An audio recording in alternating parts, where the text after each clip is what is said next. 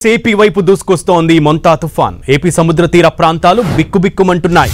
ముందస్తు జాగ్రత్త చర్యలుగా పలుచోట్ల విద్యుత్ని నిలిపివేశారు. మచిలీపట్నం సహా పలు పట్టణాలు అంధకారంలో ఉన్నాయి.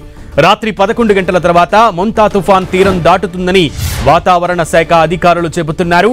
ప్రస్తుతం మచిలీపట్నానికి 50 కిలోమీటర్లు, కాకినాడకు 130 కిలోమీటర్ల దూరంలో ఉంది తుఫాన్. విశాఖపట్నానికి 225 కిలోమీటర్ల దూరంలో కేంద్రీకృతమై ఉంది. ఈ రాత్రికి కోనసీమ జిల్లాలోని రాజోలు, నరసాపురం మధ్య తీరం దాటుతుందని భావిస్తున్నారు. తీర ప్రాంతాల్లో కెరటాలు భారీగా ఎగిసిపడుతున్నాయి. తుఫాన్ తీరం దాటే సమయంలో 110 కిలోమీటర్ల వేగంతో ఈదురు గాలులు వీస్తాయని వాతావరణ కేంద్రం తెలిపింది. మొంతా తుఫాన్ పరిస్థితిని క్షణక్షణం సమీక్షిస్తున్నారు ఏపీ సీఎం చంద్రబాబు.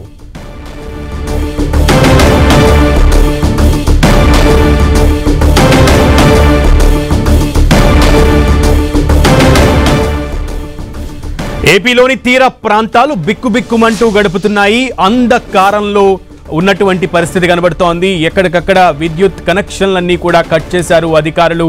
సో దీనికి సంబంధించి పూర్తి సమాచారం మా ప్రతినిధి అడిగి తెలుసుకుందాం. విజయ్ చంద్రన్, సో రాష్ట్రంలో ప్రస్తుతం తుఫాను ఎఫెక్టెడ్ ఏరియాస్లో ఎటువంటి పరిస్థితి నెలకొంది, ఎటువంటి చర్యలు తీసుకుంటున్నారు అధికారులు? రాష్ట్రంలో తుఫాను ప్రభావిత ప్రాంతాలు ఎక్కడెక్కడ ఉన్నాయో ఆ ప్రాంతాలన్నింటిలో కూడా అధికార యంత్రాంగాన్ని సీఎం చంద్రబాబు నాయుడు అప్రమత్తం చేయడం జరిగింది.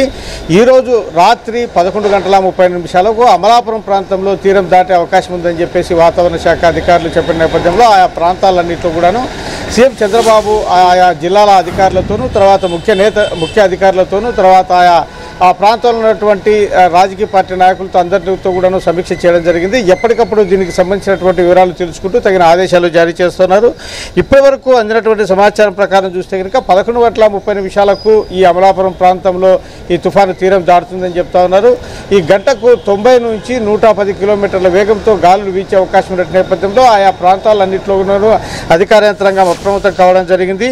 ఇప్పటి వరకు చూస్తే కనుక 1200కు పైగా ఈ ఉన్నాయని చెప్పేసి ప్రభుత్వం ఒక నిర్ధారణకు రావడం జరిగింది. ఆయా ప్రాంతాల్లో ఎక్కడే కానీ ఎటువంటి విపత్కర పరిస్థితులు నెలకొన్నా కూడాను వెంటనే సహాయ సహకారాలు అందించేందుకైతేనేమి, ప్రాణ నష్టం జరగకోకుండానైతేనేమి, తర్వాత వృద్ధులు, వికలాంగులు, బాలింతలు, గర్భిణీ స్త్రీలు వారికి సంబంధించిన వ్యవహారంలో ఏదైతే తక్షణ సహాయం అవసరమైతే వెంటనే చేయాలని చెప్పేసి ప్రభుత్వం భావిస్తోంది.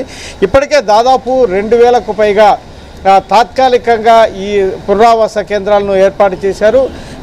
అంటే వర్షం పడే ప్రాంతాలన్నింటిలో కూడాను పాఠశాలలు అయితేనేమి, తర్వాత ఎక్కడెక్కడైనా కళ్యాణ మండపాలు ఉన్నా కూడా వాటిలన్నింటిలో కూడాను ఇదివరకే ప్రభుత్వం ఆక్యుపై చేసుకోవడం జరిగింది. ఆయా ప్రాంతాల్లో పునరావాస కేంద్రాలుగా ఉపయోగించుకోవడం జరుగుతుంది. అంతేకాకుండా ఈ బాలింతలు అయితేనేమి, తర్వాత గర్భిణీ స్త్రీలు అంటే నెలలు నిండిన వారిని అయితేనేమి ప్రభుత్వ హాస్పిటల్కి కూడా వారిని గుర్తించి తరలించడం జరిగింది. వారికి ఎటువంటి వైద్య సహాయం అవసరం ఉన్నా కూడా దానికి సంబంధించినటువంటి సహాయంలో ఎటువంటి లోటుపాట్లు లేకుండా చూసుకోవాలని చెప్పేసి వైద్య ఆరోగ్య శాఖ ఆయా హాస్పిటల్ పరిధిలో ఉన్నటువంటి హాస్పిటల్ను డాక్టర్లను ఆదేశాలు జారీ చేయడం జరిగింది. అంతేకాకుండా ఈ ప్రధానంగా ఈ ఎక్కడెక్కడైతే ఈ తుఫాను ప్రభావిత ప్రాంతాలు ఏవైతున్నాయో అక్కడ ఎక్కువగా ఈ చెట్లు విరిగిపడే అవకాశం ఉంటుంది. ఎందుకంటే ఈదురుగాలు బలంగా వీస్తాయి కాబట్టి చెట్లు విరిగిపడే అవకాశం ఉన్నటువంటి నేపథ్యంలో ఆ చెట్లు విరిగిపడే చోట వెంటనే ఆ రోడ్డు క్లియర్ చేసేందుకైతేనేమి ఈ ట్రీ కట్టర్స్ను, తర్వాత దానికి సంబంధించిన టీమును కూడా ఏర్పాటు చేయడం జరిగింది. అంతేకాకుండా ఎన్డీఆర్ఎఫ్, ఎస్డీఆర్ఎఫ్ టీంలను కూడా ఏర్పాటు చేసి ఎవరైనా ఎటువంటి ప్రాణాపాయ స్థితి అయితేనేమి, లేకుంటే ఇబ్బందికర పరిస్థితుల్లో ఉన్నా కూడా వారికి తక్షణ సహాయం అందించేందుకోసం అని చెప్పేసి ఆ ప్రాంతంలో టీంలను కూడా ఏర్పాటు చేశారు. విజయవాడ నగరానికి వచ్చేసరికి విజయవాడ నగరంలో ఎక్కువగా మనం చూస్తే కనుక కొండ ప్రాంతాల్లో నివాసాలు ఏర్పాటు చేసుకోవడం అనేది చాలా ఏళ్లుగా ఉన్నటువంటి పరిస్థితి.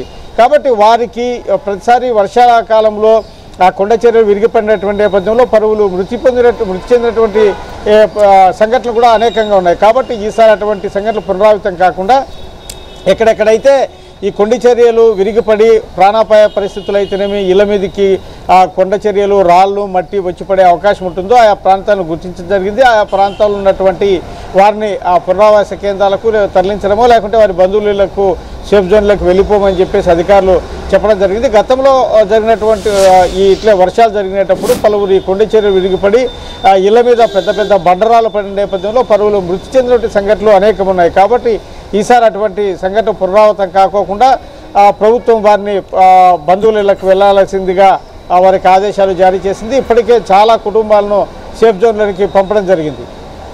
విజయ్ చంద్రన్, అయితే ముఖ్యంగా పునరావాస కేంద్రాలకి తరలించారు చాలామంది తుఫాన్ ఎఫెక్టెడ్ ఏరియాస్లో ఉన్న వాళ్ళని. అండ్ ముఖ్యంగా చాలా ప్రాంతాల్లో భారీ భారీ వృక్షాలు నేల కొరుగుతున్నటువంటి పరిస్థితి ఉంది. సో మంత్రి లోకేష్ ఇందాకడే మాట్లాడడం చూసాం, 10 నిమిషాల్లో చర్యలు తీసుకుంటున్నానికి టీమ్స్ని ఏర్పాటు చేశామని చెప్పారు. సో రియల్ టైంలో అటువంటి వ్యవస్థ పనిచేస్తోందా? రోడ్స్ అన్నీ కూడా వెనువెంటనే క్లియర్ చేస్తున్నారా? ఏం జరుగుతోంది?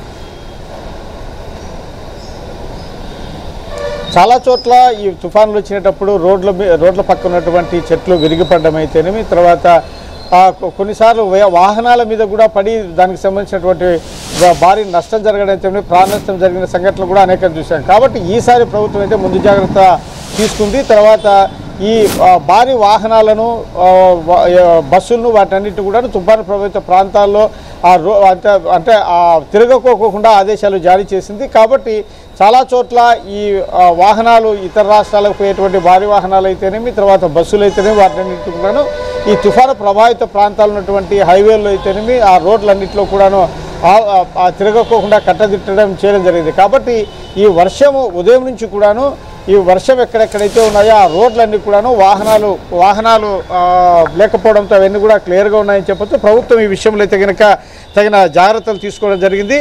ఇంకా ఎక్కడే కానీ రోడ్డు ప్రమాదాలు జరగకోకుండాను గట్టి చర్యలు తీసుకుందని చెప్పచ్చు. అంతేకాకుండా ఈ తుఫాను ప్రభావిత ప్రాంతాల్లో ఎక్కడెక్కడైతే రోడ్లు పక్కన ఉన్నటువంటి చెట్లు విరిగిపడిన వెంటనే వాటిని కట్ చేసేందుకోసము ఒక టీములను రంగంలోకి దించి వారికి కట్టర్లను కూడా వారికి అందుబాటులో ఉంచడం జరిగింది. అంతేకాకుండా ఈ కరెంటు పోల్స్ మీద లేకుంటే కనుక తీగల మీద చెట్లు విరిగిపడినప్పుడు ఆ తీగలు తెగిపడడం అయితేనేమి, తర్వాత ఈ కరెంటు పోల్లు విరిగిపడడం అయితేనేమి జరిగేటువంటి పరిస్థితి. కాబట్టి ఆయా ప్రాంతాల్లో వెంటనే దానికి సంబంధించినటువంటి విద్యుత్ సరఫరాను పునరుద్ధరించేందుకోసమని చెప్పేసి విద్యుత్ తీగలను, ట్రాన్స్ఫార్మర్లను, తర్వాత కరెంటు పోల్స్ను కూడా సిద్ధంగా ఉంచుకోవాలని చెప్పేసి విద్యుత్ శాఖకు ప్రభుత్వం ఆదేశాలు జారీ చేసింది. ఈ మేరకు దానికి సంబంధించినటువంటి పనుల్లో కూడాను ఈ విద్యుత్ శాఖ సంబంధించినటువంటి అధికారులు, ఉద్యోగులు ఉన్నారు. Thank you Vijay Chandran, keep updating.